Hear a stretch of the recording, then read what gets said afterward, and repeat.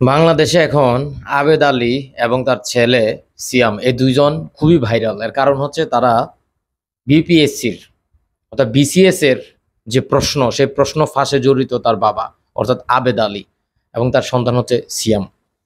দুজনের প্রোফাইল আমি দেখলাম, সন্ধ্যার দিকে দেখলাম ৫৮,০০০ ফলোয়ার, অর্থাৎ সিয়াম যে ছেলেটার ফলোয়ার ছিল ৫৮,০০০।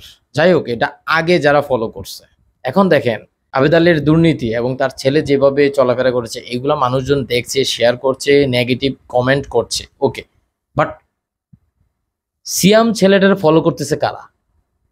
আমি দেখলাম যে সন্ধ্যায় ৫৮,০০০, এখন দেখি ৬০,০০০, অর্থাৎ ২,০০০ মানুষ এই ছেলেটাকে ফলো করছে। এত মানে অথর্বগুলা কই থেকে আসে? যেখানে ফাঁস হইছে যে তারা দুর্নীতি করছে এবং বিশাল একটা চক্রের সাথে এরা জড়িত, তাদেরকে ফলো করতেছে কারা? কারা ফলো করতেছে? চিন্তা করেন তো, তাদের ওয়ালে আপনি যাচ্ছেন, ওকে, বাজে কমেন্ট করতেছেন, মনের খায়েশ মিটাইতেছেন, কিন্তু ফলো করতেছেন কারা? মানে আমি বুঝি না, আমি বুঝি না। কেউ একজন যখন ভাইরাল হয়, পজিটিভ ভাবে হোক নেগেটিভ ভাবে হোক, তার ফলোয়ার বাড়ে।